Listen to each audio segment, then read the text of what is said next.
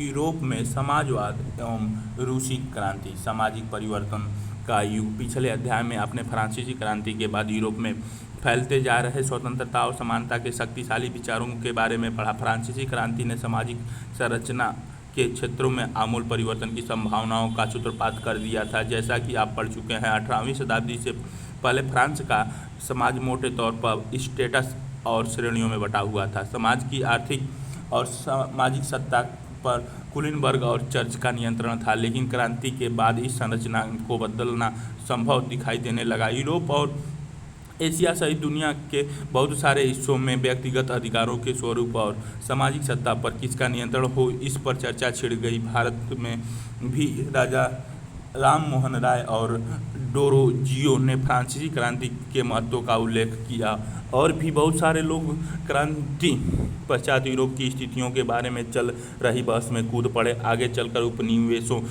में घटी घटनाओं ने भी इन विचारों को एक नया रूप प्रदान करने में योगदान दिया, मगर यूरोप में भी सभी लोग आमूल समाज परिवर्तन के पक्ष में नहीं थे। इसी सवाल पर सबकी अलग अलग राय थी। बहुत सारे लोग बदलाव के लिए तो तैयार थे, लेकिन वह चाहते थे कि यह बदलाव धीरे धीरे हो। एक खेमा मानता था कि समाज का आमूल पुनर्गठन जरूरी है। कुछ रूढ़िवादी कंजर्वेटिव थे, तो कुछ उदारवादी लिबरल्स या आमूल परिवर्तनवादी रेडिकल समाधानों के पक्ष में थे। उस समय के संदर्भ में इन शब्दों का क्या मतलब था, राजनीति की इन धाराओं में क्या फर्क थे और कौन कौन सी बातें थी जो समान थी। यहाँ हम ध्यान रखना चाहिए कि इन शब्दों का अर्थ हर काल और परिवेश में एक ही नहीं होता। इस अध्याय में हम 19वीं शताब्दी की कुछ महत्वपूर्ण राजनीतिक परंपराओं का अध्ययन करेंगे और देखेंगे कि उन्होंने परिवर्तन के संदर्भ में क्या आंसर डाला। इसके बाद हम एक ऐसी ऐतिहासिक घटना पर अपना ध्यान केंद्रित करेंगे जिसमें समाज के रेडिकल पुनर्गठन का एक गंभीर प्रयास किया गया। रूस में हुई क्रांति के फलस्वरूप समाजवाद 20वीं सदी का स्वरूप तय करने वाले सबसे महत्वपूर्ण और शक्तिशाली विचारों की श्रृंखला का हिस्सा बन गया। उदारवादी रेडिकल और रूढ़िवादी समाज परिवर्तन के समर्थकों में एक समूह उदारवादियों का था। उदारवादी ऐसे राष्ट्र चाहते थे जिसमें सभी धर्मों को बराबर का समान सम्मान और जगह मिले। शायद आप जानते होंगे कि उस समय यूरोप के देशों में प्रायः किसी एक धर्म को ही ज़्यादा महत्व दिया जाता था। ब्रिटेन की सरकार चर्च ऑफ इंग्लैंड का समर्थन करती थी। ऑस्ट्रिया और स्पेन कैथोलिक चर्च के समर्थक। उदारवाद समूह वंश आधारित शासकों को अनियंत्रित सत्ता के भी विरोधी थे। वे सरकार के समक्ष व्यक्ति मात्र के अधिकारों की रक्षा के पक्षधर थे। उनका कहना था कि सरकार को किसी के अधिकारों का हनन करने या उन्हें छीनने का अधिकार नहीं दिया जाना चाहिए। यह समूह प्रतिनिधित्व पर आधारित एक ऐसी निर्वाचित सरकार के पक्ष में था जो शासकों और अफसरों के प्रभाव से मुक्त और सुप्रशिक्षित न्यायपालिका द्वारा स्थापित किए गए कानूनों के अनुसार शासन कार्य चलाए। पर यह समूह लोकतंत्रवादी डेमोक्रेटिव नहीं था। ये लोग सार्वभौमिक वयस्क मताधिकार यानी सभी नागरिकों को वोट देने का अधिकार देने के पक्ष में नहीं थे। उनका मानना था कि वोट का अधिकार केवल संपत्ति धारकों को ही मिलना चाहिए। इसके विपरीत रेडिकल समूहों के लोगों ऐसी सरकार के पक्ष में थे जो देश की आबादी के बहुमत के समर्थक पर आधारित हो। उनमें से बहुत सारे लोग महिला मताधिकार आंदोलन के भी समर्थक थे। उदारवादियों के विपरीत ये लोग बड़े जमींदारों और संपन्न उद्योगपतियों को प्राप्त किसी भी तरह के विशेषाधिकारों के खिलाफ थे। वे निजी संपत्ति के विरोधी नहीं थे, लेकिन केवल कुछ लोगों के पास संपत्ति के संकेंद्रण का विरोध जरूर करते थे। रूढ़िवादी तबका रेडिकल और उदारवादी दोनों के खिलाफ था, मगर फ्रांसीसी क्रांति के बाद तो रूढ़िवादी भी बदलाव की जरूरत को स्वीकार करने लगे थे। पुराने समय में यानी 18वीं शताब्दी में रूढ़िवादी आमतौर पर परिवर्तन के विचारों का विरोध करते थे, लेकिन 19वीं सदी तक आते आते वे भी मानने लगे कि कुछ परिवर्तन आवश्यक हो गया है। परंतु वह चाहते थे कि अतीत का सम्मान किया जाए, अर्थात अतीत को पूरी तरह ठुकराया न जाए और बदलाव की प्रक्रिया धीमी हो। फ्रांसीसी क्रांति के बाद पैदा हुई राजनीतिक उथल पुथल के दौरान सामाजिक परिवर्तन पर केंद्रित इन विविध विचारों के बीच काफ़ी टकराव हुए। 19वीं सदी में क्रांति और राष्ट्रीय कायांतरण की विभिन्न कोशिशों ने इन सामाजिक राजनीतिक धाराओं की सीमाओं और संभावनाओं को स्पष्ट कर दिया। औद्योगिक समाज और सामाजिक परिवर्तन ये राजनीतिक रुझान एक नए युग का द्योतक थे। यह दौर गहन सामाजिक एवं आर्थिक बदलावों का था। यह ऐसे समय था जब नए शहर बस रहे थे, नए नए औद्योगिक क्षेत्र विकसित हो रहे थे, रेलवे का काफ़ी विस्तार हो चुका था और औद्योगिक क्रांति संपन्न हो चुकी थी। औद्योगिकरण ने औरतों, आदमियों और बच्चों सबको कारखानों में लाद दिया। काम के घंटे यानी पाली बहुत लंबी होती थी और मजदूरी बहुत कम थी। बेरोजगारी आम समस्या थी। औद्योगिक वस्तुओं की मांग में गिरावट नए शब्द में मताधिकार आंदोलन, वोट डालने का अधिकार पाने के लिए चलाया गया आंदोलन। मताधिकार आंदोलन, वोट डालने के लिए चलाया गया आंदोलन। ये चित्र में दिखाई गई हैं। ये चित्र 19वीं शताब्दी के मध्य में लंदन में गरीबों की दशा, उसी समय के एक व्यक्ति की दृष्टि से। स्रोत हेनरी महीयुद्दीन, London liberal and London poor, 1861।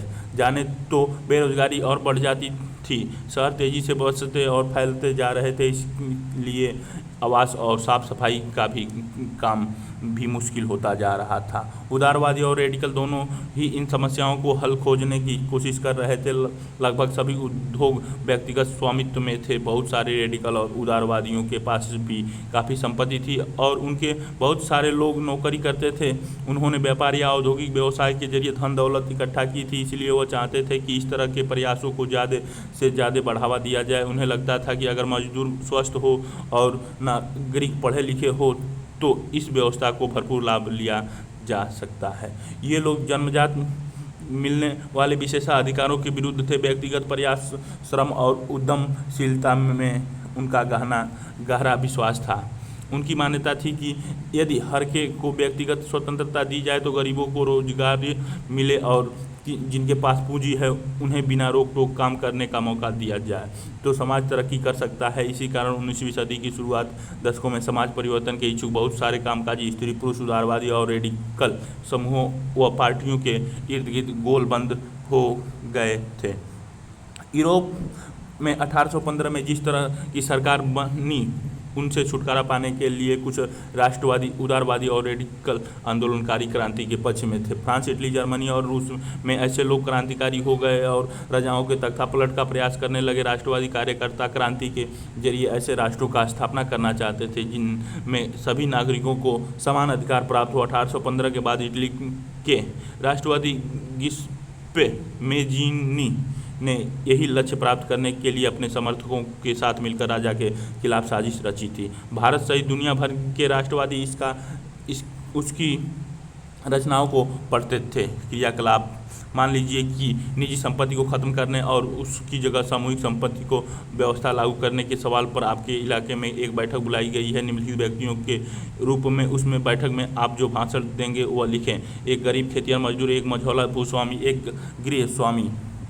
Europe में समाजवाद का आना, समाज के पुनर्गठन की संभवतः सबसे दूरगामी दृष्टि प्रदान करने वाली विचारधारा समाजवाद ही थी। 19वीं सदी के मध्य तक यूरोप में समाजवाद एक जाना पहचाना विचार था। इसकी तरफ बहुत सारे लोगों का ध्यान आकर्षित हो रहा था। समाजवादी निजी संपत्ति के विरोधी थे, यानी वे संपत्ति पर निजी स्वामित्व को सही नहीं मानते थे। उनका कहना था कि संपत्ति के निजी स्वामित्व की व्यवस्था ही सारी समस्या की जड़ है। वे ऐसा क्यों मानते थे?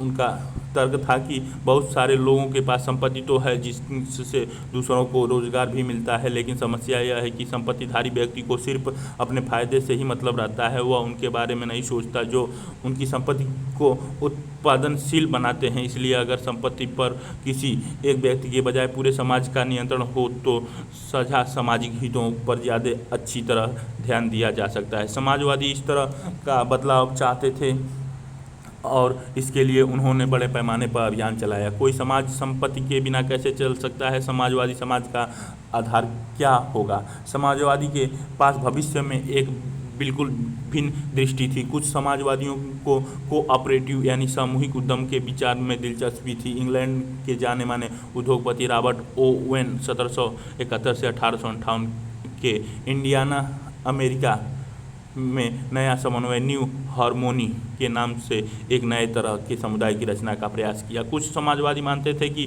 केवल व्यक्तिगत पहलकदमी से बहुत बड़े समूह खेत नहीं बनाए जा सकते। वह चाहते थे कि सरकार अपनी तरह से सामूहिक खेती को बढ़ावा दे। उदाहरण के लिए प्रयास फ्रांस के लुई ब्लांक 1813 से 1882 चाहते थे कि सरकार पूंजीवादी उद्यमों की जगह सामूहिक उद्यमों को बढ़ावा दे। कोऑपरेटिव ऐसे लोगों के समूह थे जो मिल कर चीज़ें बनाते थे और मुनाफे को प्रत्येक सदस्य द्वारा किए गए काम के हिसाब से आपस में बांट लेते थे। क्रियाकलाप निजी संपत्ति के बारे में पूंजीवादी और समाजवादी विचारधारा के बीच दो अंतर बताएं।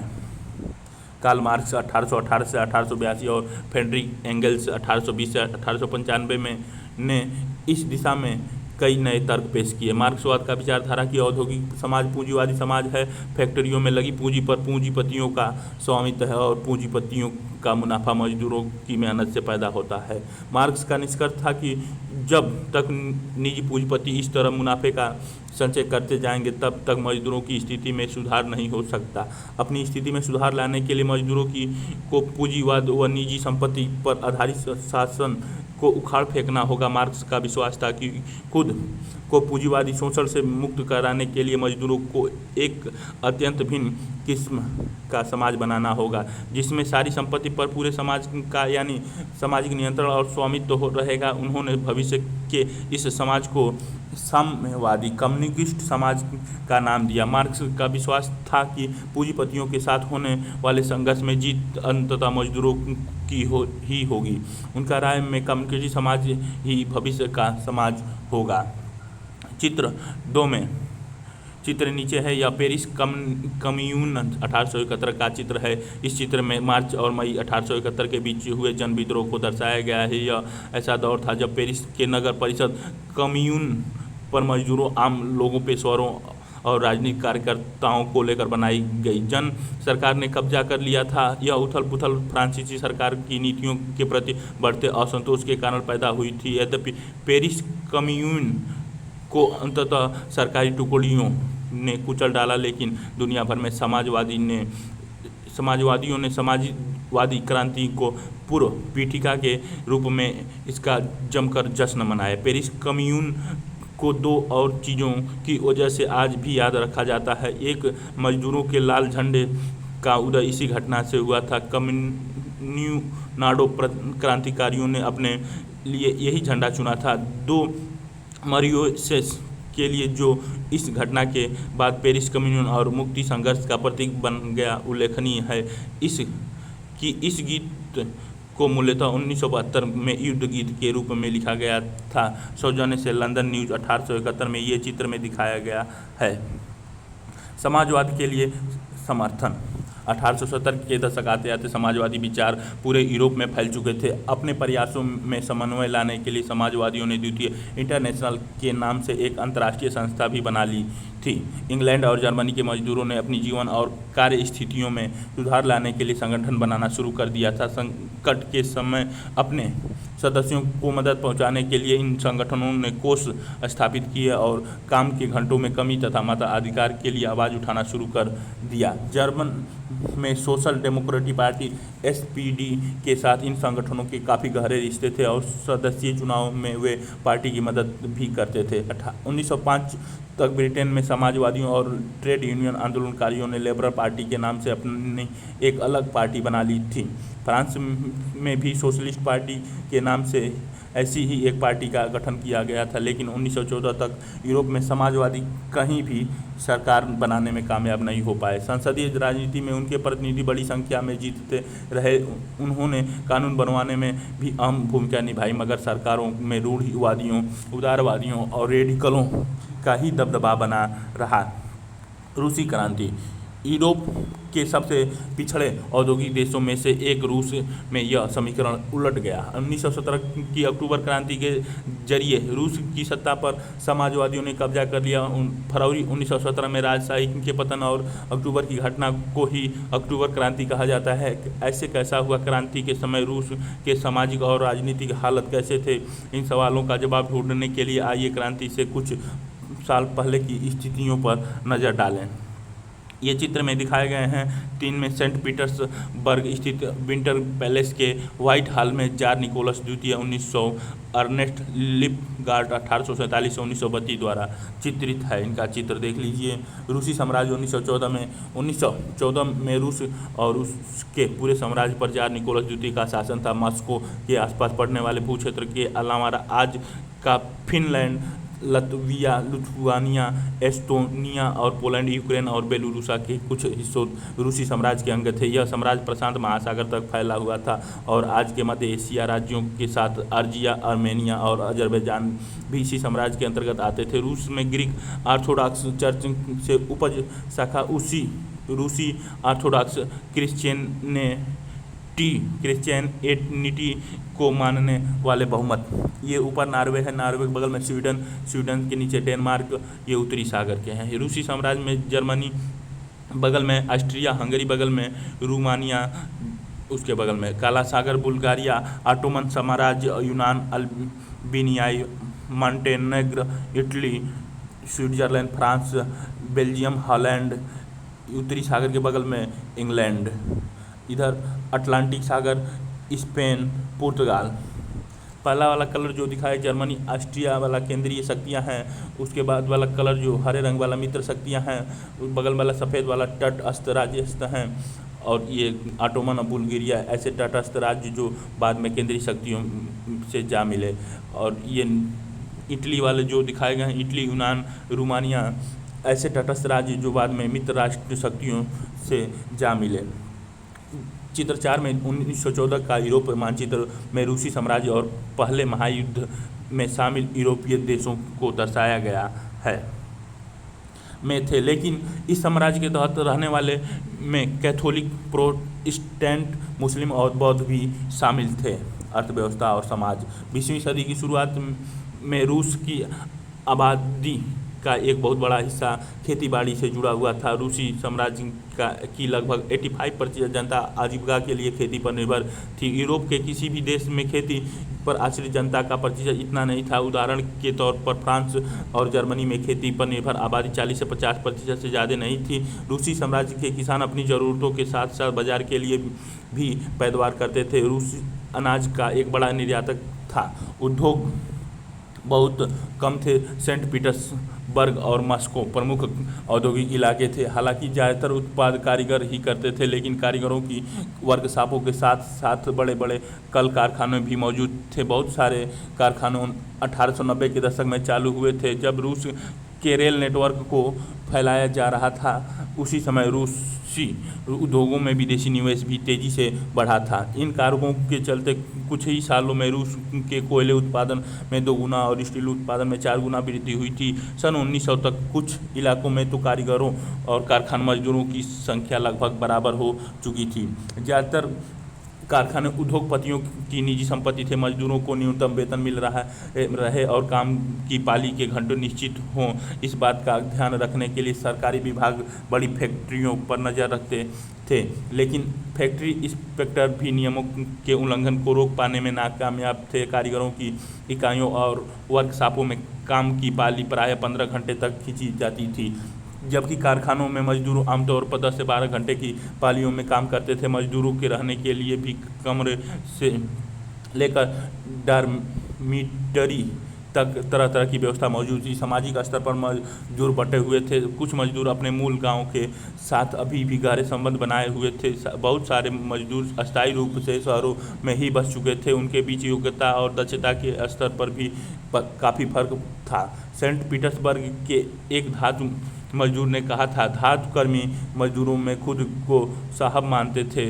उनके काम में ज़्यादा प्रशिक्षण और निपुणता की ज़रूरत जो रहती थी। 1914 में फैक्ट्री मजदूरों में औरतों की संख्या 31% थी, लेकिन उन्हें पुरुष मजदूरों के मुकाबले कम वेतन मिलता था। मर्दों की तनख्वाह के मुकाबले आधे से 3/4 तक मजदूरों के बीच मौजूदा फासला उनके पहनावे और व्यवहार में भी साफ दिखाई देता था। यद्यपि कुछ मजदूरों ने बेरोजगारी या आर्थिक संकट के समय एक दूसरे की मदद करने के लिए संगठन बना लिए थे, लेकिन ऐसे संगठन बहुत कम थे। ये चित्र 5 दिखाया गया है। युद्ध से पहले सेंट पीटर्सबर्ग में बेरोजगार किसान बहुत सारे लोग धर्मार्थ लंगर में खाना खाते थे और खस्ता हाल मकानों में रहते थे। ये चित्र 6 में क्रांति पूर्व रूस में एक डॉर्मिटरी में बने बंकर में सोते मजदूर।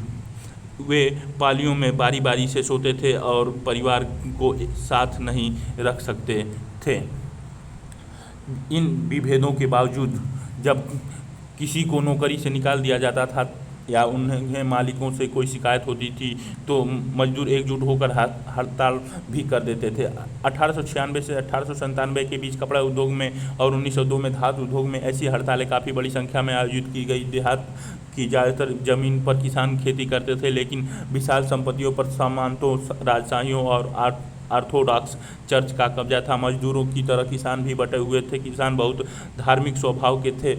इक्का दुक्का अपवादों को छोड़ दिया जाए तो वे सामंतों और नवाबों का बिल्कुल सम्मान नहीं करते थे। नवाबों और सामंतों को जो सत्ता और हैसियत मिली हुई थी वह लोकप्रियता की वजह से नहीं बल्कि जार के प्रति उनकी निष्ठा और सेवाओं के बदले में मिली थी। यहाँ की स्थिति फ्रांस जैसी नहीं थी। मिसाल के तौर पर फ्रांसीसी क्रांति के दौरान ब्रिटेनी के किसान ने केवल नवाबों का सम्मान करते थे, बल्कि उन्होंने नवाबों को बचाने के लिए बाकायदा लड़ाइयाँ भी लड़ी थी। इसके विपरीत रूस के किसान चाहते थे कि नवाबों की ज़मीन छीनकर किसानों के बीच बांट दी जाए। बहुधा वह लगान भी नहीं चुकाते थे।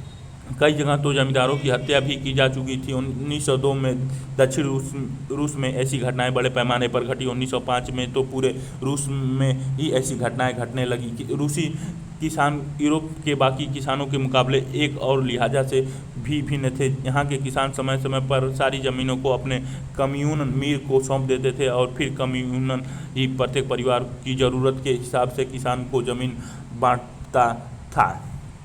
स्रोत को उस समय के समाजवादी कार्यकर्ता अलेक्जेंडर सल्यापनिको के वक्तव्य से पता चलता है कि बैठक कैसे आयोजित की जाती थी। एक एक कारखानों और दुकानों में जाकर प्रचार किया जाता था। अध्ययन चक्र भी चलाए जाते थे। संबंधित अधिकृत मुद्दों के मामलों पर कानूनी बैठक भी बुलाई जाती थी। लेकिन इस गतिविधि को मजदूर वर्ग में मुक्ति के व्यापक संघर्ष में बड़ी निपुणता से पिरो दिया जाता था। गैर कानूनी बैठक जरूरत के वक्त फौरन आयोजित कर ली जाती थी, लेकिन लंच के दौरान शाम को फाटक के बाहर यार्ड में या कई मंजिलों इमारतों की सीढ़ियों में व्यवस्थित ढंग से बैठक आयोजित की जाती थी। सबसे जागरूक मजदूर दरवाजे के पास प्लग का काम करते थे और मुहाने पर पूरी भीड़ इकट्ठा हो जाती थी।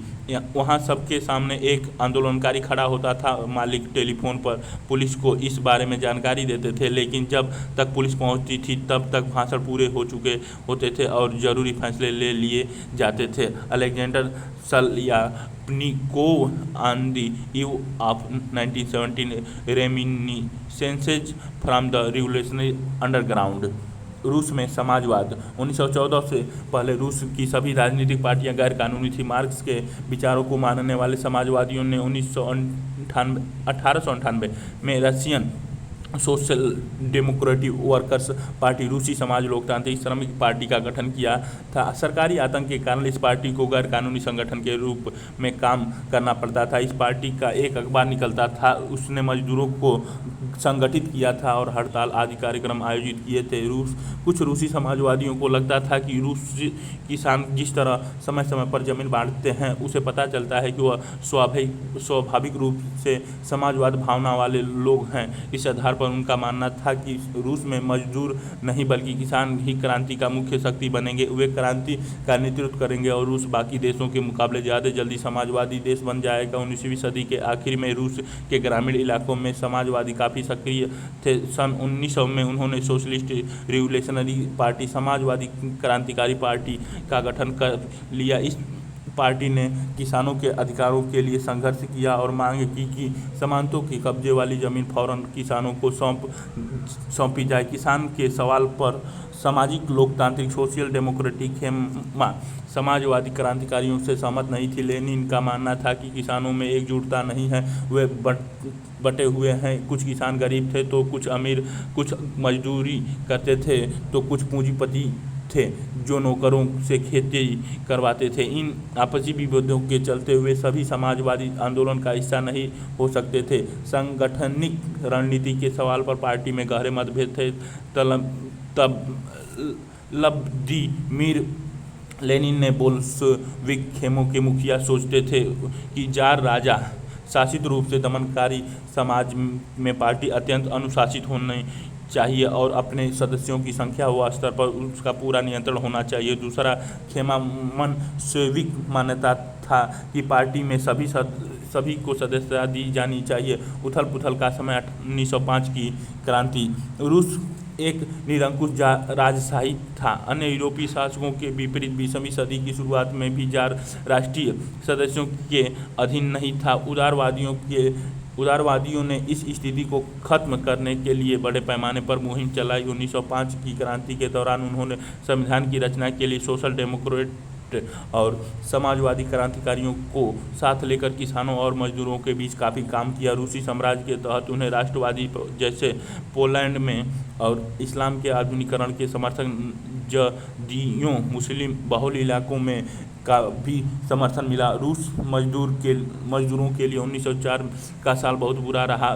जरूरी चीज़ों की कीमत इतने तेज़ी से बढ़ी कि वास्तविक वेतन में 20% तक की गिरावट आ गई।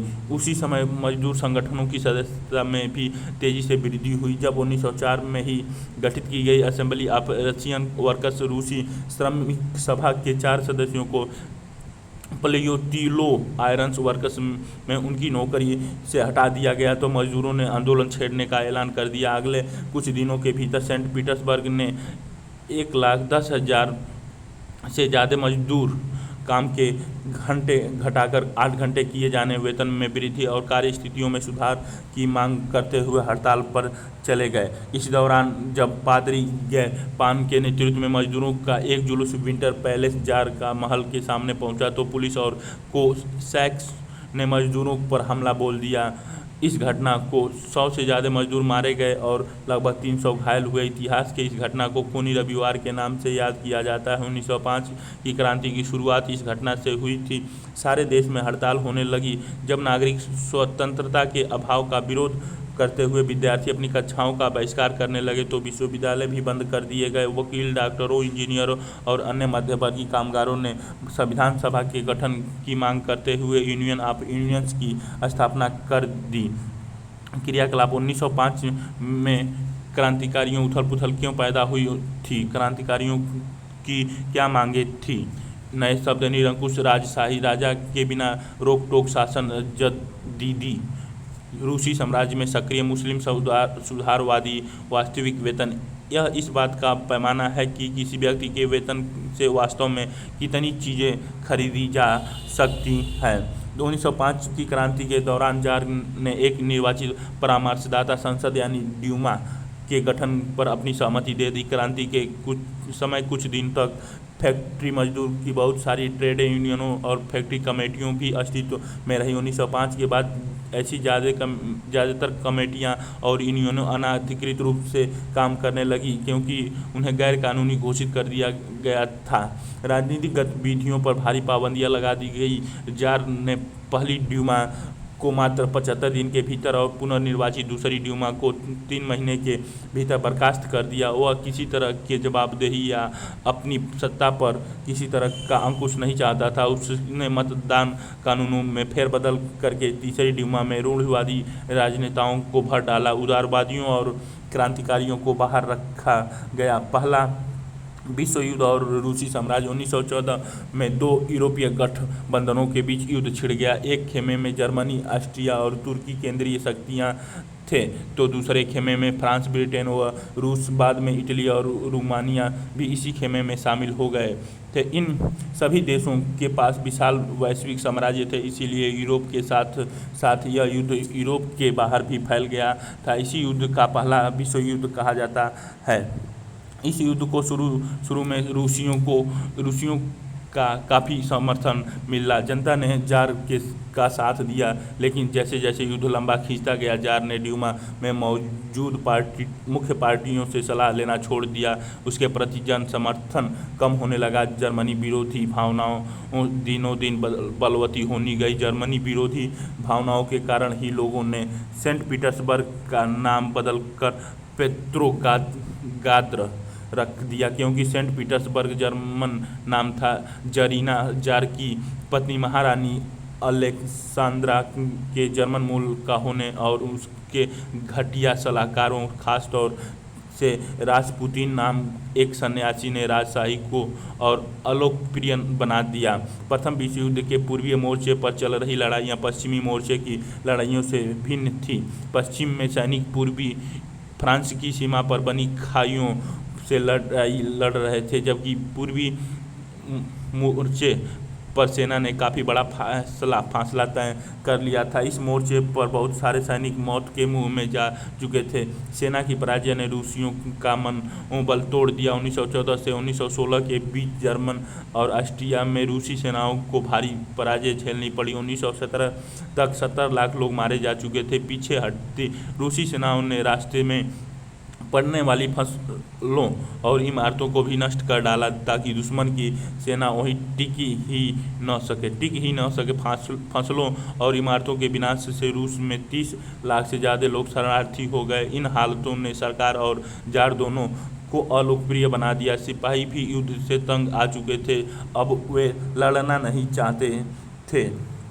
ये चित्र में दिखाए गए हैं सिपाहियों की।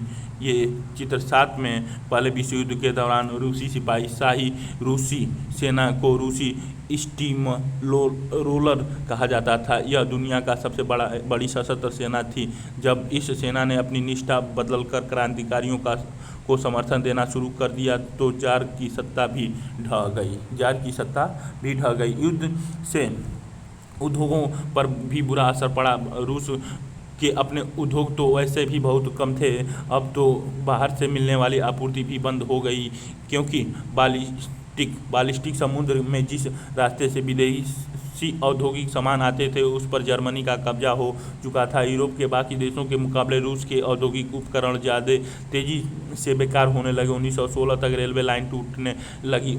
अच्छी सेहत वाले मर्दों को युद्धों में झोंक दिया गया। देश भर में मजदूरों की कमी पड़ने लगी और ज़रूरी सामान बनने वाली छोटी छोटी वर्कशॉप ठप होने लगी। ज़्यादातर अनाज सैनिकों का पेट भरने के लिए मोर्चे पर भेजा जाने लगा। शहरों में रहने वालों के लिए रोटी और आटे की किल्लत पैदा हो गई। 1916 की सर्दियों में रोटी की दुकानों पर अक्सर दंगे होने लगे। क्रियाकलाप 1916 के दिन हैं। आप जार की सेना में जनरल हैं और पूर्वीय मोर्चे पर तैनात हैं। आप मॉस्को सरकार के लिए एक रिपोर्ट लिख रहे हैं। अपनी रिपोर्ट में सुझाव दीजिए कि स्थिति को सुधारने के लिए आपकी राय में क्या किया जाना चाहिए। पेट्रोग्राद में फरवरी क्रांति। सन 1917 की सर्दियों में राजधानी पेट्रोग्राद की हालत बहुत ख़राब थी।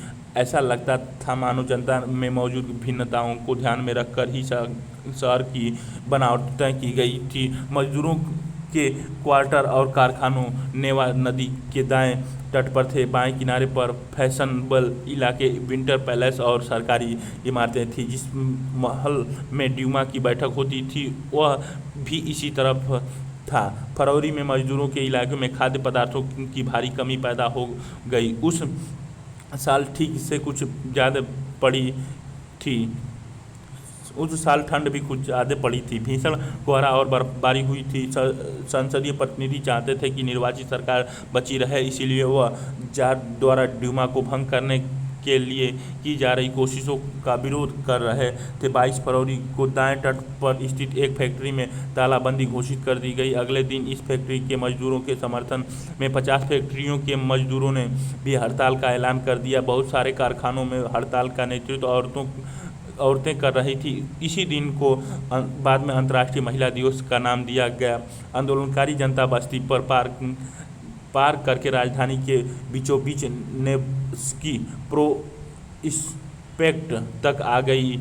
इस समय तक कोई राजनीतिक पार्टी आंदोलन को सक्रिय रूप से संगठित और संचालित नहीं कर रही थी। जबकि फैशनेबल रिहायशी इलाकों और सरकारी इमारतों को मजदूरों ने घेर लिया तो सरकार ने कर्फ्यू लगा दिया। शाम तक प्रदर्शनकारी तितर बितर हो गए, लेकिन 24 और 25 तारीख को वह फिर इकट्ठा होने लगे। सरकार ने उन्हें पर नज़र रखने के लिए घुड़सवार सैनिकों और पुलिसों को तैनात कर दिया।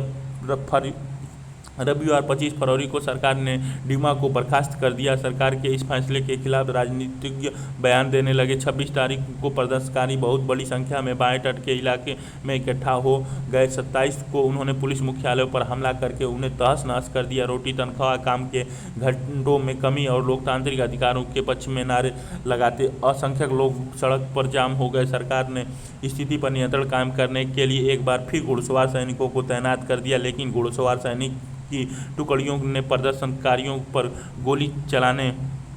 ये चित्र में नए शब्द में तालाबंदी, फैक्ट्री को अस्थायी रूप से बंद करने के लिए मालिकों द्वारा मुख्य फाटक पर ताला डाल देना। क्रियाकलाप बॉक्स 2 देखें और वर्तमान कैलेंडर के हिसाब से अंतर्राष्ट्रीय महिला दिवस की तिथि का पता लगाएं।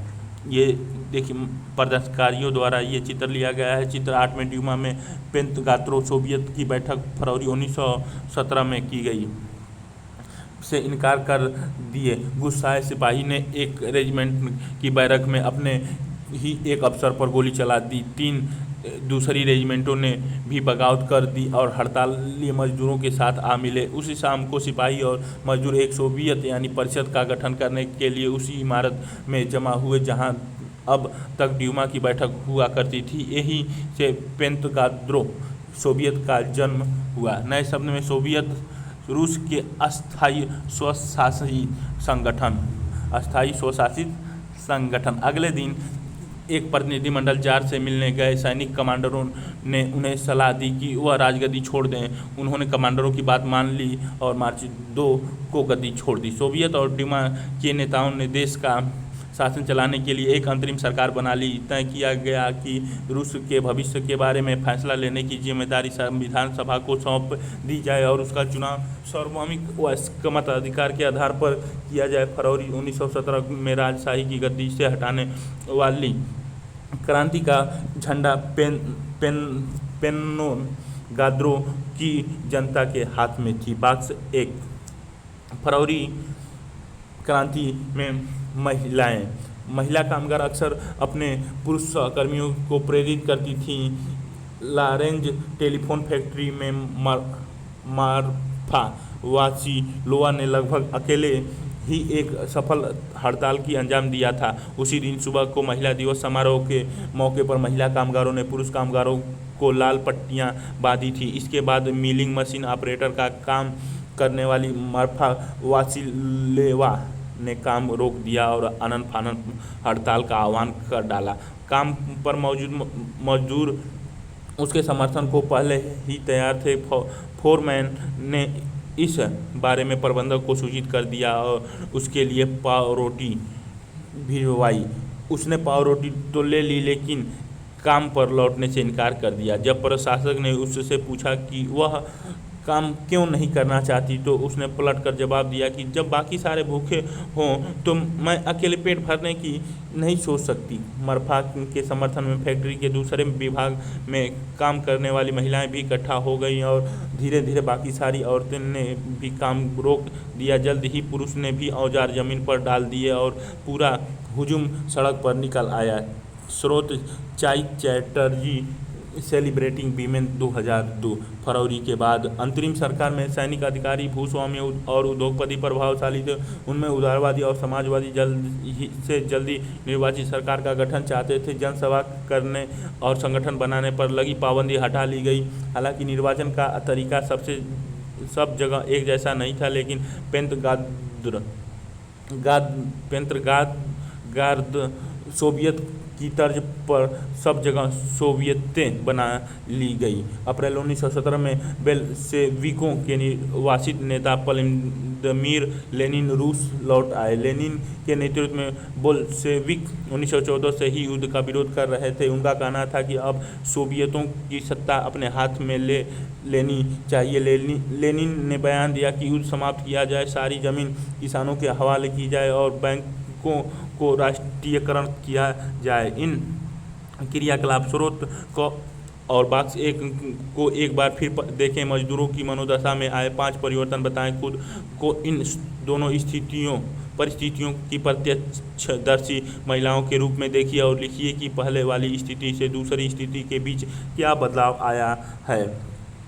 3 मांगे को लेनिन की अप्रैल थीसिस थीसिस के नाम से जाना जाता है। उन्होंने ये भी सुझाव दिया कि अब अपने रेडिकल उद्देश्यों को स्पष्ट करने के लिए बोल्शेविक पार्टी का नाम कम्युनिस्ट पार्टी रख दिया जाए। बोल्शेविक पार्टी के ज़्यादातर लोगों को अप्रैल थीसिस के बारे में सुनकर काफ़ी हैरानी हुई। उन्हें लगता था कि अब ही समाजवादी क्रांति के लिए सही वक्त नहीं आया है, इसीलिए फिलहाल अंतरिम सरकार को ही समर्थन दिया जाना चाहिए। लेकिन अगले कुछ महीनों की घटनाओं ने उनकी सोच बदल दी। गर्मियों में मजदूर आंदोलन और फैल गया। औद्योगिक इलाकों में फैक्ट्री कमेटियां बनाई गई। इन कमेटियों के माध्यम से मजदूर फैक्ट्री चलाने के मालिकों के तौर तरीकों पर सवाल खड़ा करने लगे। ट्रेड यूनियनों की तादाद बढ़ने लगी। सेना में सिपाहियों की समितियां बनने लगी। जून में लगभग 500 सोवियतों तो अखिल रूसी सोवियत कांग्रेस में अपने प्रतिनिधि भेजे। जैसे जैसे अंतरिम सरकार की ताकत कमज़ोर होने लगी और बोल्शेविकों का प्रभाव बढ़ने लगा, सरकार असंतोष को दबाने के लिए सख्त कदम उठाने लगी। सरकार ने फैक्ट्रियां चलाने की मजदूरों द्वारा की जा रही कोशिशों को रोकना और मजदूरों के नेताओं को गिरफ्तार करना शुरू कर दिया। जुलाई 1917 में बेल्शेविकों द्वारा आयोजित किया गया विशाल प्रदर्शनों का भारी दमन किया गया। बहुत सारे बेल्शेविकों नेताओं को छिपाना या भगाना पड़ा। गांव में किसान और उसके समाजवादी क्रांतिकारी नेता भू पुनर्वितरण के लिए दबाव डालने लगे। इस काम के लिए भूमि समितियां बना दी गई थी। सामाजिक क्रांतिकारियों से प्रेरणा और प्रोत्साहन लेते हुए जुलाई से सितंबर के बीच किसानों ने बहुत सारी जमीन पर कब्जा कर लिया। ये चित्र 9 में दिखाया गया है। अप्रैल 1917 में मजदूर को संबोधित करते लेनिन की एक बोल्शेविक छवि दिखाई गई है। ये चित्र में 10 जुलाई के दिन 17 जुलाई 1917 को बेल्शेविक समर्थन प्रदर्शनकारियों पर सेना द्वारा गोलीबारी का दृश्य दिखाया गया है। अक्टूबर 1917 की क्रांति। जैसे जैसे अंतरिम सरकार और बोल्शेविकों के बीच टकराव बढ़ता गया, लेनिन का अंतरिम सरकार द्वारा तानाशाही थोप देने की आशंका दिखाई देने लगी। सितंबर में उन्होंने सरकार के खिलाफ विद्रोह के बारे में चर्चा शुरू कर दी। सेना और फैक्ट्री सोवियतों में मौजूद बेल्शेविकों को इकट्ठा किया गया। 16 अक्टूबर 1917 को लेनिन ने पेंतगार्द सोवियत और बेल्शेविक पार्टी को सत्ता पर कब्जा करने के लिए राजी कर लिया। सत्ता पर कब्जे के लिए लियान ट्रस्की के नेतृत्व में सोवियत की ओर से एक सैनिक क्रांतिकारी समिति का गठन किया गया। इस बात का खुलासा नहीं किया गया कि योजना को किस दिन लागू किया जाएगा। 24 अक्टूबर को विद्रोह शुरू हो गया। संकट की आशंका को देखते हुए प्रधानमंत्री केरेंस्की सैनिक टुकड़ियों को इकट्ठा करने शहर से बाहर चले गए। तड़के ही सरकार के वफादार सैनिकों ने 2 बेल्शेविकों अखबारों के दफ्तरों पर घेरा डाल दिया।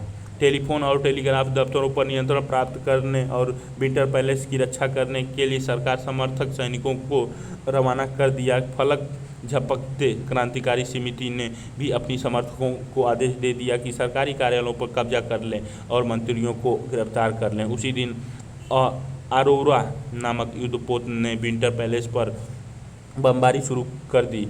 अन्य युद्धपोतों ने नेवा के रास्ते से आगे बढ़ते हुए विभिन्न सैनिक ठिकानों को अपने नियंत्रण में ले लिया। शाम ढलते ढलते पूरे शहर क्रांतिकारी समिति के नियंत्रण में आ चुका था और मंत्रियों ने आत्मसमर्पण कर दिया था। पेंतगार्द में अखिल रूसी सोवियत कांग्रेस की बैठक हुई, जिसमें बहुत से बेल्शेविकों की कार्रवाई का समर्थन किया। अन्य शहरों में भी बगावतें होने लगी। दोनों तरफ से जमकर गोलीबारी हुई, खास तौर से मॉस्को में। लेकिन दिसंबर तक मॉस्को पेंत्रोगार्द इलाके पर बेल्शेविकों का नियंत्रण स्थापित हो चुका था। ये चित्र में दिखाए गए हैं। यहाँ से स्टार्ट है बॉक्स 2। रूसी क्रांति का तारीख। रूस में 1 फरवरी 1918 तक जूलियन कैलेंडर का अनुसरण किया जाता है। इसके बाद रूसी सरकार ने ग्रेगोरियन कैलेंडर अपना लिया, जिसका अब सब जगह इस्तेमाल किया जाता है। ग्रेगोरियन कैलेंडर जूलियन कैलेंडर से 13 दिन आगे चलता है। इसका मतलब है कि हमारे कैलेंडर के हिसाब से फरवरी क्रांति 12 मार्च को और अक्टूबर क्रांति 7 नवंबर को संपन्न हुई थी। महत्वपूर्ण तिथियां 1850 से 1880 रूस में समाजवाद पर बहस, 1898 से Russian social democratic workers party की स्थापना, 1905 में खूनी रविवार और 1905 की क्रांति, 1917 में 2 मार्च जार द्वारा पद त्याग, 24 अक्टूबर पेंदगात्रो में बेल्शेविकों विद्रोह, 1918 से 20 तक गृह युद्ध, 1919 तक कार्मिन्ट का गठन, 1929 में सामूहिकरण की शुरुआत, नए शब्द का मिनटर्न कम्युनिस्ट पार्टी का अंतर्राष्ट्रीय संस्था, वह शब्द कम्युनिस्ट इंटरनेशनल कम्युनिकेटिव इंटरनेशनल का संक्षिप्त रूप है। चित्र 11 में पेत्रोग्राद में लेनिन बाएं और ट्रस्की दाएं मजदूरों के साथ हैं। बाएं और दाएं में चित्र में देख लीजिए, ये घेरा गया है। अक्टूबर के बाद क्या बदला? बेल्शेविकों निजी संपत्ति की व्यवस्था के पूरी तरह खिलाफ थे। ज़्यादातर उद्योगों और बैंकों का नवंबर 1917 में ही राष्ट्रीयकरण किया जा चुका था। उनका स्वामित्व और प्रबंधन सरकार के नियंत्रण में आ चुका था। जमीन को सामाजिक संपत्ति घोषित कर दिया गया था। किसानों को सामंतों की जमीनों पर कब्जा करने की खुली छूट दे दी गई। शहरों में बेल्शेविकों ने मकान मालिकों के लिए पर्याप्त हिस्सा छोड़कर उनके बड़े मकानों के छोटे छोटे हिस्से कर दिए ताकि बेघर बार या ज़रूरतमंद लोगों को भी रहने की जगह दी जा सके। उन्होंने अभिजात वर्ग द्वारा पुरानी पदवियों के इस्तेमाल पर रोक लगा दी। परिवर्तन को स्पष्ट रूप से सामने लाने के लिए सेना और सरकारी अफसर की वर्दियां बदल दी गई। इसके लिए 1918 में एक परिधान प्रतियोगिता आयोजित की गई, जिसमें सोवियत टोपी बुदियोनोकोवा का चुनाव किया गया। बोल्शेविक पार्टी का नाम बदलकर रूसी कम्युनिस्ट पार्टी बेल्शेविक रख दिया गया। नवंबर 1917 में बेल्शेविकों ने संविधान सभा के लिए चुनाव कराए, लेकिन इन चुनावों में उन्हें बहुमत नहीं मिल पाई। जनवरी 1918 में असेंबली ने बोल्शेविकों के प्रस्ताव को खारिज कर दिया और लेनिन ने असेंबली बर्खास्त कर दिया। उनका मत था कि अनिश्चित परिस्थितियों में चुनी गई असेंबली के मुकाबले अखिल रूसी सोवियत कांग्रेस कहीं ज़्यादा लोकतांत्रिक संस्था है। मार्च 1918 में अन्य राजनीतिक सहयोगियों की असम्मति के बावजूद बेल्शेविकों ने ब्रस्ट लिटोव्स्क में जर्मनी से संधि कर ली। आने वाले सालों में बोल्शेविक पार्टी अखिल रूसी सोवियत कांग्रेस के लिए होने वाले चुनाव में हिस्सा लेने वाली एकमात्र पार्टी रह गई। अखिल रूसी सोवियत कांग्रेस को अब देश की संसद का दर्जा दे दिया गया था।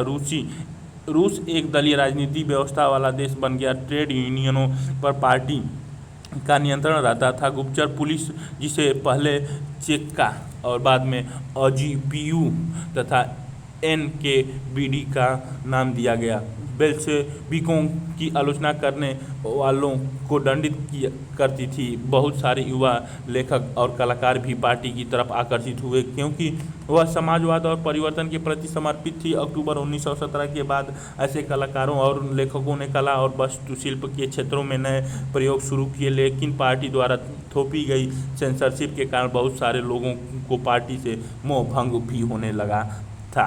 ये चित्र में दिखाए गए हैं। ये चित्र 12 सोवियत टोपी बुदियोनोकोवा पहने हुए एक सिपाही दिखाया गया है। ये चित्र 13 में मॉस्को में की गई मई का प्रदर्शन 1918 में दिखाया गया है। अक्टूबर क्रांति और रूसी ग्रामीण इलाके, दो दृष्टि बॉक्स 3। 25 अक्टूबर 1905 को हुई क्रांति उथल पुथल की खबर अगले ही दिन गांव में पहुंच गई। लोगों ने खूब खुशियां मनाई। किसानों के लिए इसका मतलब था मुक्त जमीन और युद्ध का खात्मा। जिस दिन मिली उसी दिन जमींदार की हवेली लूट ली गई, उसके खेत कब्जे में ले लिए गए और उसे विशालकाय बाग के पेड़ काट कर सारी लकड़ी किसानों के बीच बांट दी गई। उसकी सारी इमारतें तोड़ दी गई और उसकी ज़मीन किसानों के बीच बांट दी गई, जो एक नई सोवियत ज़िंदगी जीने को तैयार थे। फिर दौर Belov the history of a Soviet collective farm. एक जमींदार परिवार के सदस्य ने अपने रिश्तेदारों को भेजे खत में लिखा था कि उसके परिवार की जागीर के साथ क्या हुआ। तख्ता पलट बिना किसी परेशानी के खामोशी से और शांतिपूर्वक हो गया। शुरुआती दिन बर्दाश्त के बाहर थे। मिखाइलोविच जागीर का मालिक। शांत था, लड़कियां भी, इसमें कोई शक नहीं कि चेयरमैन का व्यवहार सही है, बल्कि वह बड़ी विनम्रता से बात करता था। उसके पास 2 गाय 2 घोड़े छोड़ दिए गए। नौकर बार बार उन्हें यही कहते कि हमारी फिक्र न करें, उन्हें जीने दें, उनकी सुरक्षा और संपत्ति का जिम्मा हमारे ऊपर है, हम उनसे मानवता भरा व्यवहार ही करेंगे। अफवाह है कि कई गांवों में लोग कमेटियों को बाहर निकाल कर पूरी जागीर दोबारा मिखाइलोविच को सौंपना चाहते हैं। पता नहीं ऐसा होगा या नहीं, यह हमारे लिए अच्छा भी रहेगा या नहीं, पर हमें इस बात का संतोष है कि हमारे लोगों में चेतना है। Serge Schmemann echoes of a native land 2 century of a Asian village 1997। गृह युद्ध। जब बेल्शेविकों ने जमीन के पुनर्वितरण का आदेश दिया तो रूसी सेना टूटने लगी। ज़्यादातर सिपाही किसान थे, वे भूमि पुनर्वितरण के लिए घर लौटना चाहते थे, इसीलिए सेना छोड़कर जाने लगे। गैर बेल्शेविकों, समाजवादियों, उदारवादियों और राजशाही के समर्थन ने बेल्शेविकों विद्रोह की निंदा की। उनके नेता दक्षिणी रूस में इकट्ठा होकर बेल्शेविकों रेड्स से लड़ने के लिए टुकड़ियां संगठित करने लगे। 1918 और 1919 में रूसी साम्राज्य के ज़्यादातर हिस्सों पर सामाजिक क्रांतिकारियों, ग्रीन्स और जार समर्थकों व्हाइट्स का नियंत्रण रहा। उन्होंने फ्रांसीसी, अमेरिकी, ब्रिटिश और जापानी टुकड़ियों का भी समर्थन मिल रहा था। ये सभी शक्तियाँ रूस में समाजवाद को फलते फूलते नहीं देखना चाहती थी। इन्हीं टुकड़ियों और बेल्शेविकों के बीच चल रहे युद्ध के दौरान लूटमार, डकैती और भुखमरी जैसी समस्याएं बड़े पैमाने पर फैल गई। व्हाइट्स में जो निजी संपत्ति के हिमायती थे, उन्होंने जमीन पर कब्जा करने वाले किसानों के खिलाफ सख्त रवैया अपनाया। उनकी इन क्रियाकलाप ग्रामीण इलाकों में हुई क्रांति के बारे में दोनों दृष्टिकोणों को पढ़िए। कल्पना कीजिए कि आप इन घटनाओं के साक्षी हैं। निम्नलिखित को नज़र से इन घटनाओं की ब्यौरा लिखिए। एस्टेट मालिक, छोटा किसान, पत्रकार। क्रियाकलाप स्रोत ख को देखें और बताएं कि रूसी क्रांति का मध्य एशिया के लोगों की प्रतिक्रिया इतना अलग अलग क्यों थी। हरकतों के कारण तो गैर बेल्शेविकों के प्रति जन समर्थन और भी तेजी से घटने लगी। 19 जनवरी 1920 तक भूतपूर्व रूसी साम्राज्य के ज़्यादातर हिस्सों पर बेल्शेविकों का नियंत्रण कायम हो चुका था। उन्हें गैर रूसी राष्ट्रवादियों और मुस्लिम जदीदियों की मदद से यह कामयाबी मिली थी। जहां रूसी उपनिवेशवाद ही बेल्शेविकों विचारधारा के अनुयायी बन गए थे, वहां यह मदद काम नहीं आ सकती थी। मध्य एशिया स्थिति खीवा में बेल्शेविक उपनिवेशकों ने समाजवाद की रक्षा के नाम पर स्थानीय राष्ट्रवादियों का बड़े पैमाने पर कत्लेआम किया। ऐसे हालत में बहुत सारे लोगों को यह समझ में नहीं आ रहा था कि बेल्शेविकों सरकार क्या चाहती है। आंशिक रूप से इसी समय से निपटने के लिए ज़्यादातर गैर रूसी राष्ट्रीयताओं को सोवियत संघ यूएसएसआर दिसंबर 1922 में रूसी साम्राज्य में से बेल्शेविकों द्वारा स्थापित किया गया। राज्य के अंतर्गत राजनीतिक स्वायत्तता दे दी गई, लेकिन क्योंकि बेल्शेविकों ने स्थानीय सरकार पर कई अलोकप्रिय और सख्त नीतियां जैसे घुमंतुवाद की रोकथाम की कड़ी कोशिशें थोप दी गई, इसीलिए विभिन्न राष्ट्रीयताओं का विश्वास जीतने के प्रयास आंशिक रूप से ही सफल हो पाए। समाजवादी समाज का निर्माण। गृह युद्ध के दौरान बेल्शेविकों ने उद्योगों और बैंकों के राष्ट्रीयकरण को जारी रखा। उन्होंने किसानों को उस जमीन पर खेती की छूट दे दी जिसका समाजीकरण किया जा चुका था। जब्त किए गए खेतों का इस्तेमाल बेल्शेविकों यह दिखाने के लिए करते थे कि सामूहिकता क्या होती है। शासन के केंद्रीकृत नियोजन की व्यवस्था लागू की गई। अफसर इस बात का हिसाब लगाते थे कि अर्थव्यवस्था किस तरह काम कर सकती है। इस आधार पर वे 5 साल के लिए लक्ष्य तय करते करते थे। इसी आधार पर उन्होंने पंचवर्षीय योजनाएं बनाना शुरू की। पहले 2 योजनाएं 1927 से 1932 और 1933 से 1938 के दौरान औद्योगिकी विकास को बढ़ावा देने के लिए सरकार ने सभी तरह की कीमतें स्थिर कर दी। केंद्रीकृत नियोजन से आर्थिक विकास को काफ़ी गति मिली, औद्योगिक उत्पाद बढ़ने लगा। 1929 से 1933 के बीच तेल, कोयले और स्टील के उत्पादन में 100% वृद्धि हुई। नए नए औद्योगिक शहर अस्तित्व में आए, मगर तेज निर्माण कार्यों के दबाव में कार्य स्थितियाँ खराब होने लगी। मैग्निटोगोस्कर शहर में एक स्टील संयंत्र का निर्माण कार्य 3 साल के भीतर पूरा कर लिया गया। इस दौरान मजदूरों की बड़ी सख्त ज़िंदगी गुजारनी पड़ी, जिसका नतीजा ये हुआ कि पहले ही साल में 550 बार काम रुका। रिहायशी क्वार्टर में जाड़ों में शौचालय जाने के लिए 40 डिग्री कम तापमान पर लोग चौथी मंजिल से उतरकर सड़क के पार दौड़कर जाते थे। एक विस्तारित शिक्षा व्यवस्था विकसित की गई और फैक्ट्री कामगारों एवं किसानों को विश्वविद्यालय में दाखिला दिलाने के लिए खास इंतजाम किए गए। ये क्रिया स्रोत अक्टूबर क्रांति के समय मध्य एशिया 2 दृष्टिकोण। M.N. राय भारतीय क्रांतिकारी मैक्सिकन कम्युनिस्ट पार्टी के संस्थापक और भारत, चीन व यूरोप में कम्युनिस्टों के एक प्रमुख नेता थे। 1920 के दशक में जब रूस में गृहयुद्ध चल रहा था तो उस समय के मध्य एशिया में थे। उन्होंने लिखा, मुखिया एक भला सा बुजुर्ग था, उसका सहायक एक नौजवान जो रूसी भाषा बोलता था। उसे क्रांति के बारे में पता था जिसमें जार की राजगद्दी से हटा दिया गया था और उन जनरलों को भी खदेड़ दिया गया था जिन्होंने किर्गिजों की मातृभूमि पर कब्जा किया था। इस प्रकार क्रांति का मतलब था कि अब किर्गिस्तान लोगों एक बार फिर अपनी मातृभूमि के स्वामी बन गए थे।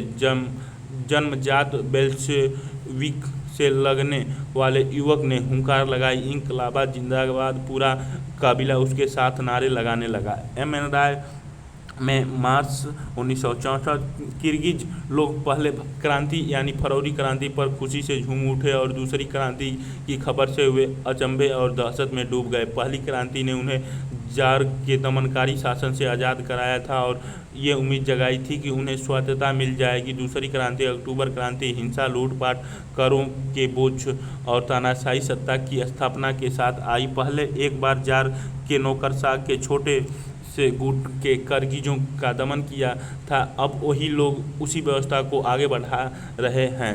एक काजाक नेता 1919 में अलेक्जेंडर बेनिगसन एवं चांताल केल्केज द मार्मेंसनेसान सेज ले मुसलमान्स ने द रूसी 1960 में उद्धृत नए शब्द स्वायत्तता, अपना शासन स्वयं चलाने का अधिकार। घुमंतू ऐसे लोग जो किसी एक जगह ठहर कर नहीं रहते बल्कि अपनी आजीविका की खोज में एक जगह से दूसरी जगह आते जाते रहते हैं। कार्य स्थितियाँ, काम के हालत, ये चित्र में दिखाए गए हैं।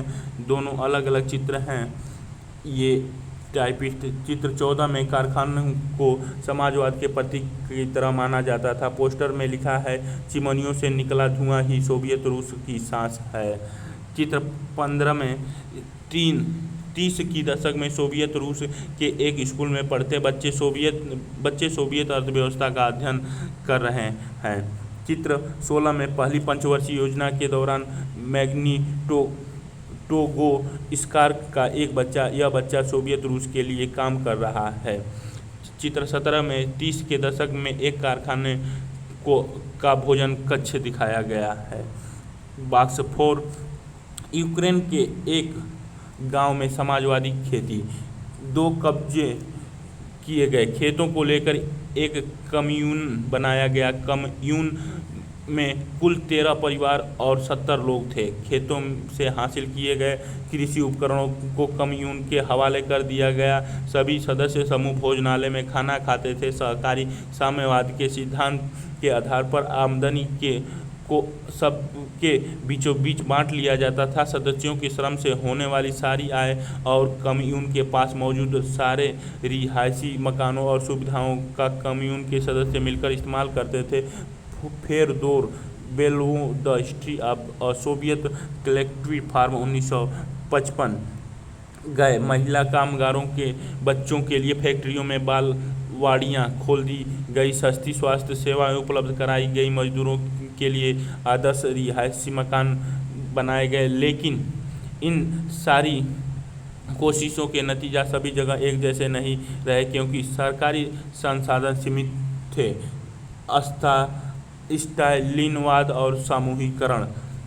नियोजित अर्थव्यवस्था की शुरुआती दौर खेती के समूहीकरण से पैदा हुई तबाही से जुड़ा हुआ था। 1927 से 28 के आसपास रूस के शहरों में अनाज का भारी संकट पैदा हो गया था। सरकार ने अनाज की कीमत तय कर दी थी, उससे ज़्यादा कीमत पर कोई अनाज नहीं बेच सकता था, लेकिन किसान उस कीमत पर सरकार को अनाज बेचने के लिए तैयार नहीं थे। लेनिन के बाद पार्टी की कमान संभाल रहे स्टालिन ने स्थिति से निपटने के लिए कड़े कदम उठाए। उन्हें लगता था कि अमीर किसान और व्यापारी कीमत बढ़ाने की उम्मीद में अनाज नहीं बेच रहे हैं। स्थिति पर काबू पाने के लिए सट्टेबाजी पर अंकुश लगाना और व्यापारियों के पास जमा अनाज को जब्त करना जरूरी था। 1928 में पार्टी के सदस्यों ने अनाज उत्पादक इलाकों का दौरा किया। उन्होंने किसानों से जबरन अनाज खरीदा और कुलकों के ठिकानों पर छापे मारे। रूस में संपन्न किसानों को कुलक कहा जाता था। जब इसके बाद भी अनाज की कमी बनी रही तो खेतों के समूहीकरण का फैसला लिया गया। ऐसे फैसले के पक्ष में एक तर्क यह दिया गया कि अनाज की कमी इसलिए है क्योंकि खेत बहुत छोटे छोटे हैं। 1917 के बाद जमीन किसानों को सौंप दी गई, फलस्वरूप ज़्यादातर किसानों के पास छोटे खेत थे जिनका आधुनिकीकरण नहीं किया जा सकता था। आधुनिक खेत विकसित करने और उन पर मशीनों की सहायता से औद्योगिक खेती करने के लिए कुलकों का सफाया करना, किसानों से जमीन छीनना और राज्य नियंत्रित यानी सरकार नियंत्रण वाले विशालकाय खेत बनाना जरूरी माना गया।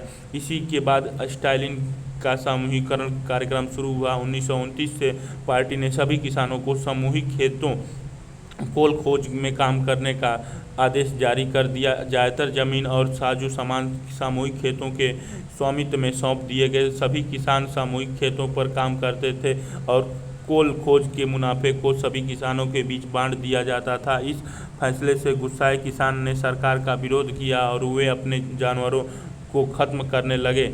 1929 से 1931 के बीच मवेशियों की संख्या में 1/3 कमी आ गई। सामूहिकरण का विरोध करने वालों की सख्त सजा दी जाती थी। बहुत सारे लोगों को निर्वासन या देश निकाल दिया गया। सामूहिकरण का विरोध करने वाले किसानों का कहना था कि वे न तो अमीर हैं और न ही समाजवाद के विरोधी हैं, वे बस विभिन्न कारणों से सरोदगार। 1933 में सोवियत बचपन के स्वप्न और यथार्थ प्रिय दादाजी कलिनिन। मेरे परिवार बड़ा है, 4 बच्चे हैं, हमारे पिता अब नहीं हैं, वे मजदूरों के लिए लड़ते हुए मारे गए थे और मेरी माँ बीमार है। मैं बहुत पढ़ना चाहता हूँ, मैं स्कूल नहीं जा सकता।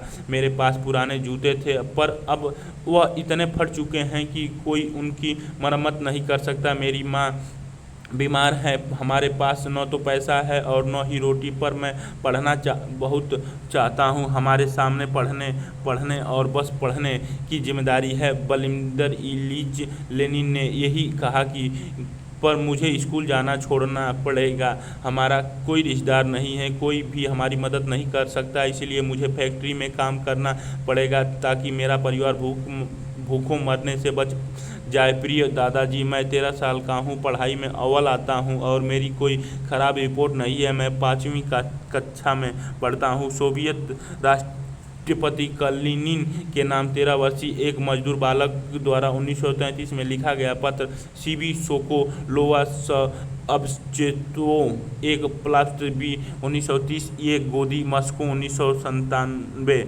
चित्र 18 में सामूहिकरण के दौरान एक पोस्टर, इसमें लिखा है हम खेती में कमी लाने वाले कुलक पर वार करेंगे। सामूहिक खेती पर काम नहीं करना चाहते थे। स्टालिन सरकार ने सीमित स्तर पर स्वतंत्र किसानों की व्यवस्था भी जारी रखने दी, लेकिन ऐसी किसानों को कोई खास मदद नहीं दी जाती थी। समूहीकरण के बावजूद उत्पादन में नाटकीय वृद्धि नहीं हुई, बल्कि 1930 से 1933 के खराब फसल के बाद तो सोवियत इतिहास का सबसे बड़ा अकाल पड़ा, जिसमें 40 लाख से ज़्यादा लोग मर गए। पार्टी में भी बहुत सारे लोग नियोजित अर्थव्यवस्था के अंतर्गत औद्योगिक उत्पादन में पैदा हो रहे भ्रम और समूहीकरण के परिणामों को की आलोचना करने लगे थे। स्टालिन और उनके सहयोगियों ने ऐसे आलोचकों पर समाजवाद के खिलाफ साजिश रचने का आरोप लगाया। देश भर में बहुत सारे लोगों पर इसी तरह के आरोप लगाए गए और 1939 तक आते आते 20 लाख से ज़्यादा लोगों को या तो जेल में या श्रम शिविरों में भेज दिया गया था। ज़्यादातर लोगों ने ऐसे कोई अपराध नहीं किया था, लेकिन उनकी सुनने वाला कोई नहीं था। बहुत सारे लोगों को यातनाएं देकर उनसे इस आशय के बयान लिखवा लिए गए कि उन्होंने समाजवाद के विरुद्ध साजिश में हिस्सा लिया है और इसी आधार पर उन्हें मार दिया गया। उनमें कई प्रतिभावान पेशेवर लोग थे। स्रोत में घ है समूहीकरण के विरुद्ध और सरकार की प्रतिक्रिया का विवरण। इस साल फरवरी के दूसरे पखवाड़े में यूक्रेन के विभिन्न क्षेत्रों में किसान ने बड़े पैमाने पर विद्रोह किए। यह स्थिति समूहीकरण के क्रियान्वयन के दौरान पार्टी के निचले कार्यकर्ताओं द्वारा पार्टी लाइनों की ठीक से लागू न किए जाने और गर्मियों में होने वाली कटाइयों की तैयारी का परिणाम है। बहुत थोड़े से समय में उपरोक्त क्षेत्रों में चल रही गतिविधियां आसपास के इलाकों में भी फैल गई है। सबसे आक्रामक विद्रोह सीमावर्ती इलाकों में हुआ। विद्रोही किसानों का ज़्यादा जोर इस बात पर है कि समूहीकरण के कारण उनसे छीन लिया गया अनाज, मवेशियों और औजारों उन्हें लौटा दिए जाएं। 1 फरवरी से 15 मार्च के बीच 25,000 गिरफ्तारियां हो चुकी हैं। 656 को मृत्युदंड दिया गया है। 3,673 को श्रम शिविरों में बंद कर दिया गया है और 5,580 को देश निकाल दिया गया है। यूक्रेन राज्य पुलिस प्रशासन के प्रमुख के.एम. कार्लसन द्वारा कम्युनिस्ट पार्टी को केंद्रीय समिति को भेजी गई रिपोर्ट 19 मार्च 1930 बी को सोकोलोवा संघ अबेस्चेस्तोव फर्स्ट प्लास्ट बी 1930 ये गोदी समूह स्रोत यह एक ऐसे किसान द्वारा लिखा गया पत्र है जो सामूहिक खेतों में काम नहीं करना चाहता है। उसने क्रिस्टियानस्का गैजेट कृषक समाचार पत्र को यह खत लिखा था। मैं स्वाभाविक रूप से खेती करने वाला किसान हूँ। मेरा जन्म 1879 में हुआ था। मेरे परिवार में 6 सदस्य हैं। मेरी पत्नी की पैदाइशी 1871 की है। मेरे बेटा 16 साल का और 2 बेटियाँ 19 साल की हैं। तीनों बच्चे स्कूल जाते हैं। मेरी बहन 71 साल की है। 1931 से मेरे ऊपर इतने भारी कर थोप दिए गए हैं कि उन्हें चुकाना असंभव है। 1935 में तो स्थानीय अफसरों ने कर और भी बढ़ा दिए। मैं इतना कर नहीं चुका पाया और मेरे सारी संपत्ति कुर्क कर ली गई। मेरा घोड़ा, गाय, बछड़ा, भेड़, मेमन और सारे औजार, फर्नीचर और घर की मरम्मत के लिए रखी लकड़ियाँ सब कुछ कुर्क करके बेच डाला है। 1936 में उन्होंने मेरी 2 इमारतें बेच दी। कोल खोज ने उन्हें खरीद लिया। 1933 में मेरी दोनों झोपड़ियों में से एक बेच दी गई और दूसरी को जब्त कर लिया गया। बी सोकोलोव संख्या अबेस्चेस्तोव फर्स्ट प्लास्ट बी 1933 ये गोदी। ये चित्र 19 विशाल समूह फर्मों में काम करने के लिए जुटी हुई किसान औरतें चित्र में दिखाई गई हैं। रूसी क्रांति और सोवियत संघ का वैश्विक प्रभाव। बेल्शेविकों ने जिस तरह सत्ता पर कब्जा किया था और जिस तरह उन्होंने शासन चलाया उसके बारे में यूरोप की समाजवादी पार्टियां बहुत सहमत नहीं थी, लेकिन मेहनतकशों के राज्य की स्थापना की संभावना ने दुनिया भर के लोगों में एक नई उम्मीद जगा दी थी। बहुत सारे देशों में कम्युनिस्ट पार्टियों का गठन किया गया, जैसे इंग्लैंड में communist party of great Britain की स्थापना की गई। बेल्शेविकों ने उपनिवेशों की जनता को भी उनके रास्तों का अनुसरण करने के लिए प्रोत्साहित किया। सोवियत संघ के अलावा भी बहुत सारे देशों के प्रतिनिधियों ने conference of the peoples of the east 1920 में बेल्शेविकों द्वारा बनाए गए कम्युनिस्टर्न बेल्शेविकों समर्थन समाजवादी पार्टी का अंतर्राष्ट्रीय महासंघ में हिस्सा लिया था। कुछ विदेशियों को सोवियत संघ की communist university of the workers of the east में शिक्षा दी गई।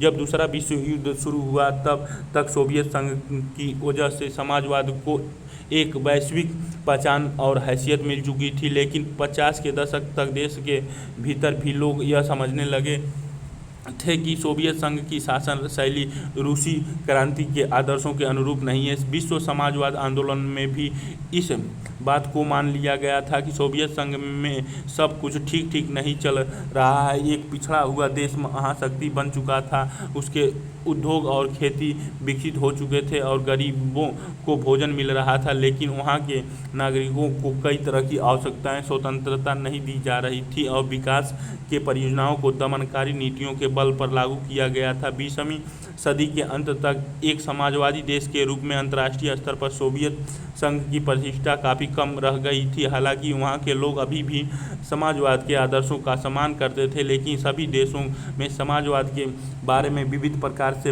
व्यापक पुनर्विचार किया गया। ये चित्र में इंडो सोवियत जनरल ये fortnightly organ the Bengal friends of the Soviet Union, ये ब्लैंडेड ऑफ लेनिन। चित्र 20 में इंडो सोवियत जनरल के लेनिन विशांक दूसरे विश्व युद्ध के दौरान भारतीय कम्युनिस्टों ने सोवियत संघ के लिए जनमत निर्माण किया। बॉक्स 5 रूसी क्रांति से प्रेरित होने वाले बहुत सारे भारतीय भी थे। उनमें से कई ने कम्युनिस्ट विद्यालय से शिक्षा प्राप्त की। 1920 के दशक में भारत में भी कम्युनिस्ट पार्टी का गठन कर लिया गया। इस पार्टी के सदस्य सोवियत कम्युनिस्ट पार्टी के संपर्क में रहते थे। कई महत्वपूर्ण भारतीय राजनीतिक एवं सांस्कृतिक व्यक्तियों के सोवियत प्रयोग में दिलचस्पी ली और वहां का दौरा किया। रूस जाने वाले भारतीयों में जवाहरलाल नेहरू और रविन्द्रनाथ टैगोर भी थे। उन्होंने सोवियत समाजवाद के बारे में लिखा था। भारतीय लेखन में सोवियत रूस की अलग अलग छवियाँ दिखाई देती थी। हिंदी में R.S. अवस्थिति ने 1920-21 में Russian revolution Lenin his life and his thoughts और द रेड रिवोल्यूशन नामक किताबें लिखी। उनके अलावा S.D. विद्यालंकर ने भी रीबर्थ ऑफ रशिया तथा the Soviet state of Russia नामक पुस्तकें लिखी। इन विषयों पर बंगाली, मराठी, मलयालम, तमिल और तेलुगु में भी बहुत कुछ लिखा गया। सोवियत रूस में एक भारतीय 1920 में अपनी ज़िंदगी में पहली बार हम लोग यूरोपीय के एशियाइयों के साथ मुक्त भाव से मिलते बतियाते देख रहे थे। जब हमने रूसियों को देश के बाकी लोगों के साथ सहज भाव में घुलते मिलते देखा तो हमें यकीन हो गया कि हम सच्ची समानता की दुनिया में आ पहुँचे हैं। हमें स्वतंत्रता सही मायने में साकार होती दिखाई दे रही थी। प्रतिक्रांतिकारियों और साम्राज्यवादियों की हरकत से पैदा हुई गरीबी के बावजूद लोग बाग पहले से ज़्यादा खुश और संतुष्ट दिखाई दे रहे थे। क्रांति ने उनमें आत्मविश्वास और निडरता भर दी। 50 अलग अलग राष्ट्रीयताओं के लोग के बीच मानवता का असली भाईचारा यही साकार होने वाला है। जाति या धर्म का कोई सीमा उन्हें एक दूसरे के साथ घुलने मिलने से नहीं रोक सकती थी। हर जीव को एक कुशल वक्ता बना दिया गया।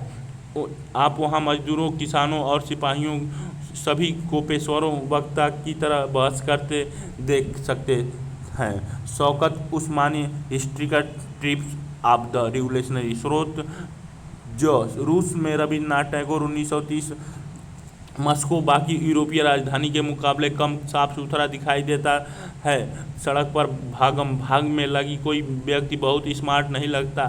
सारी जगह मजदूरों की है। यहाँ आम जनता रईसों के साए में किसी तरह दबी दिखाई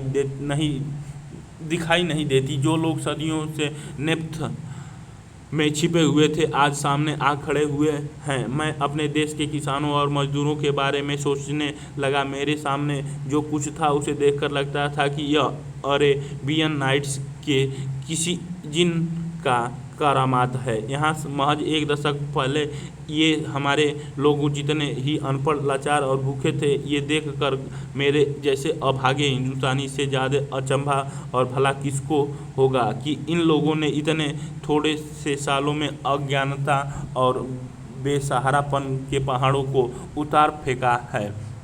नए शब्द प्रति क्रांतिकारी, क्रांतिकारी विरोधी क्रियाकलाप।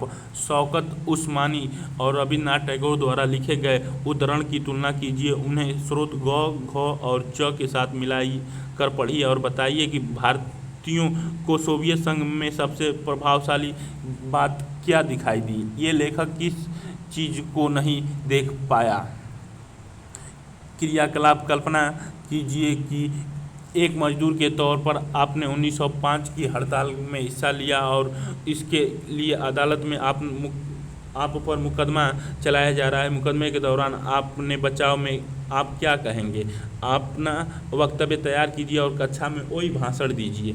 निम्नलिखित अखबारों के लिए 24 अक्टूबर 1917 के विद्रोह के बारे में शीर्षक सहित एक छोटी सी खबर तैयार कीजिए। फ्रांस के एक रूढ़िवादी अखबार के लिए, ब्रिटेन में एक रेडिकल अखबार के लिए, रूस में एक बोल्शेविक अखबार के लिए। मान लीजिए कि समूहीकरण हो चुका है और आप रूस के एक मझोले गेहूं उत्पादक किसान हैं। आप समूहीकरण के बारे में अपनी आपत्ति व्यक्त करते हुए स्टालिन को एक पत्र लिखना चाहते हैं। अपनी जीवन परिस्थितियों के बारे में आप क्या लिखेंगे। आपकी राय में ऐसे किसान का पत्र पाकर स्टालिन की क्या प्रतिक्रिया होती है।